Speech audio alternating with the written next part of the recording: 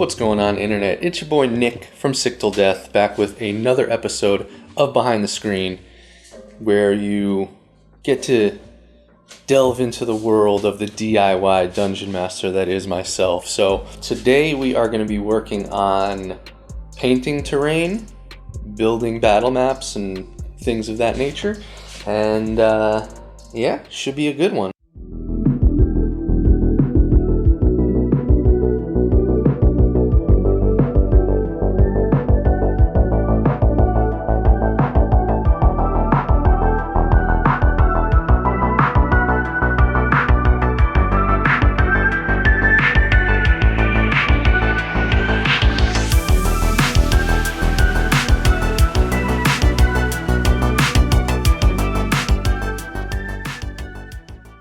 What we have here is possibly a potential battle map. So basically the session is going to start with the capital city of the Wood Elves, known as Sylvanest City. So as part of that, they potentially could be spying on certain individuals that would lead them to a graveyard. And if I know my group, they're quick to get into a tussle, so I want to have this battle map prepared just in case they do end up fighting said individuals. Personally, I think it would be smart for them to do that, because if they don't, then they're going to be fighting them later on down the road, and there's a potential of them fighting more people. So they might try to single these two individuals out as they're having this kind of like little side meeting in a cemetery, but we'll see how that all plays out. So I'm going to be painting this stuff initially with,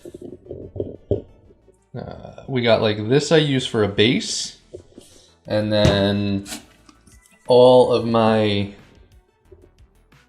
either cut stone or worked stone, I paint with that.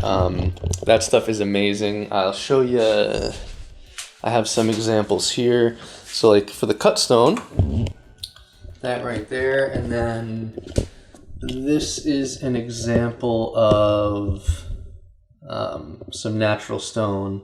We're gonna get started with the cemetery stuff. Yeah, we're gonna get into it. I'm gonna set the cameras up and you'll see me in the chair. Okay, so what I do is I take some regular old run-of-the-mill black acrylic.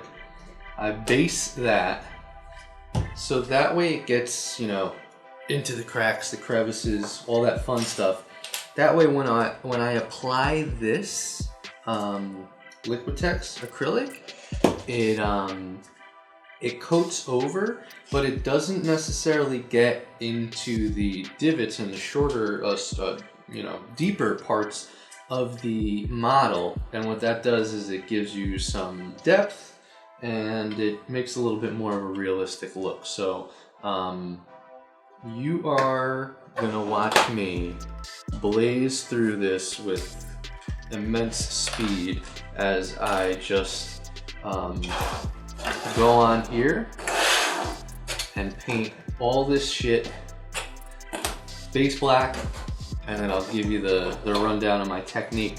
And this is gonna be, well, I would like this to be a quick process. So it's kind of why I have the gloves on. That way I can just go, get as messy as I want, not have to worry about paint all over my hands or anything like that. So time-lapse time, I will see you guys shortly.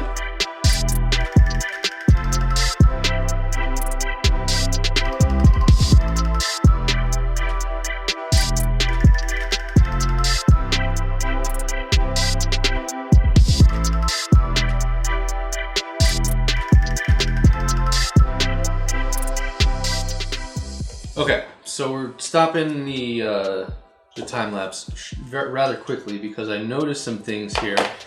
I got this stuff on Amazon from Ender Toys, awesome company. They basically sell very affordable 3D printed miniature terrain for your tabletop gaming needs. Fantastic stuff. The problem is and no fault to their own, is that sometimes you'll get some hairs, some pieces of loose filament, and what happens is, or why this happens, is because when they're printing this stuff, they're printing it fast. They're trying to, you know, make a profit here. So time means more things that you could print if you can print things faster. And sometimes that will cause these little stray pieces of filament because the nozzle is traveling faster to get from one spot to the next. So very easy cleanup. All you got to do is take your barbecue lighter, if you got one, or any sort of lighter, and just burn off some of those little bits of plastic. So just wanted to break the time lapse up because you saw me fuck with the lighter real quick, so I wanted to explain myself. We're gonna get back to painting. See you guys in a bit.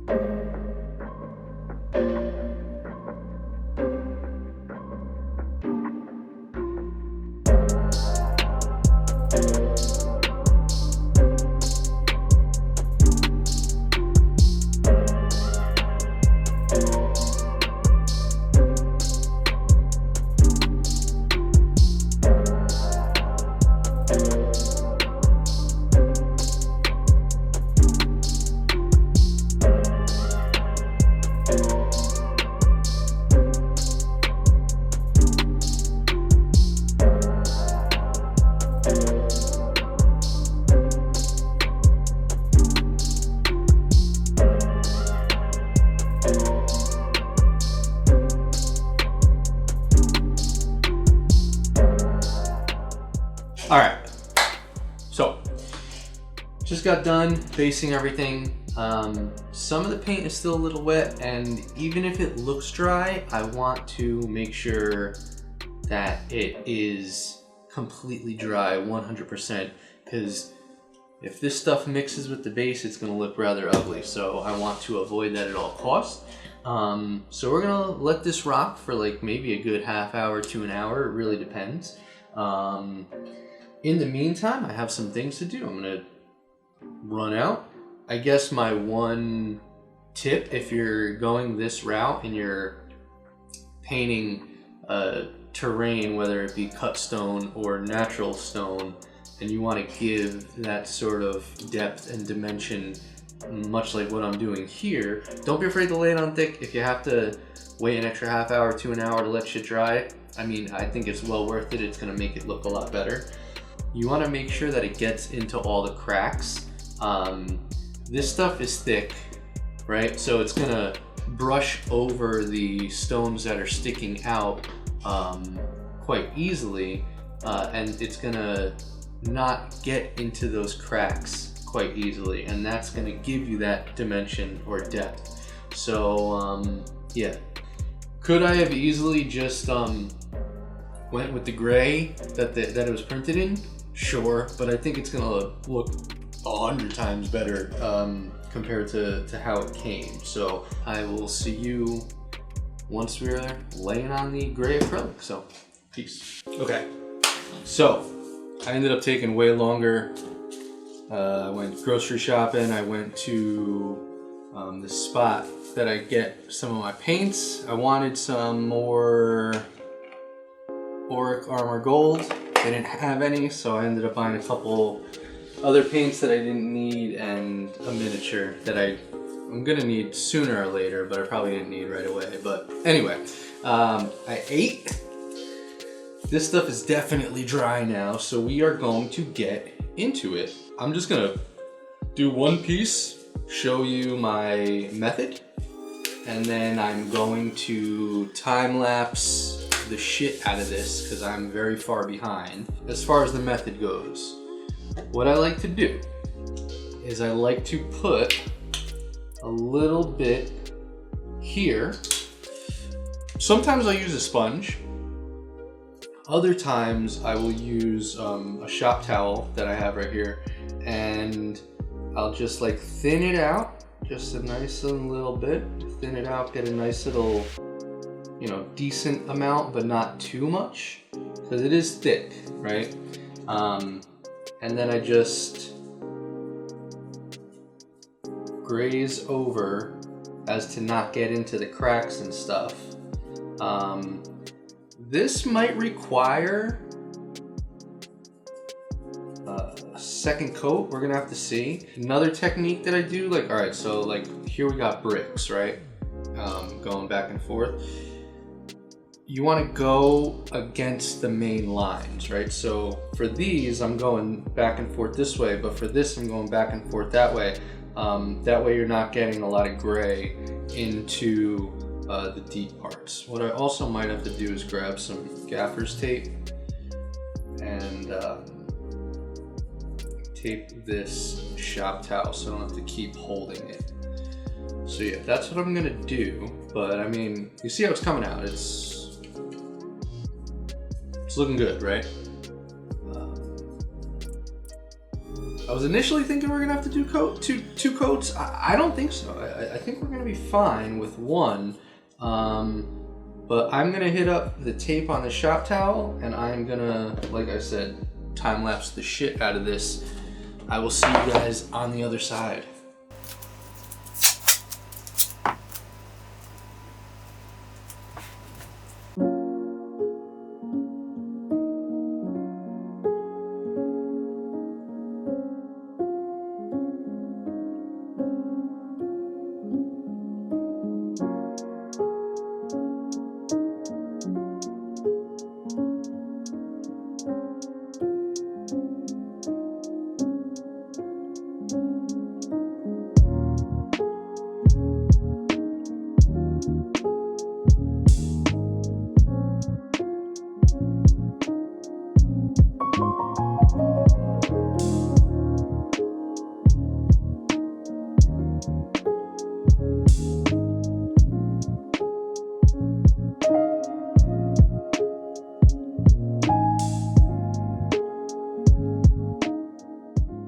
Alright, done painting. Went a little bit later than I wanted to, so I'm probably gonna wrap up, clean up first thing tomorrow, and start building terrain. So I'm gonna wind down here. Okay, so after editing this last episode, I realized once again, it's probably best to split this into multiple episodes. So we're gonna wrap up this episode here where I was painting the terrain for those cemetery pieces. What I am gonna do is I'm gonna start getting into the habit of doing this as well, is I'm gonna put some of those things in the description that I was using. That way, if you wanna end up using those, the Ender Toys terrain, some of the paints, things along those lines, I'm gonna add those into the description so that way you guys can capitalize on that information as well. In the next episode, you're going to see me take the terrain that I painted and build that into a battle map. So with that said, if you stuck with me to the end of this episode, I truly appreciate you. Please drop a like. It helps the channel out immensely. Subscribe for more content, and I will catch you guys in the next episode of Behind the Screen. Peace.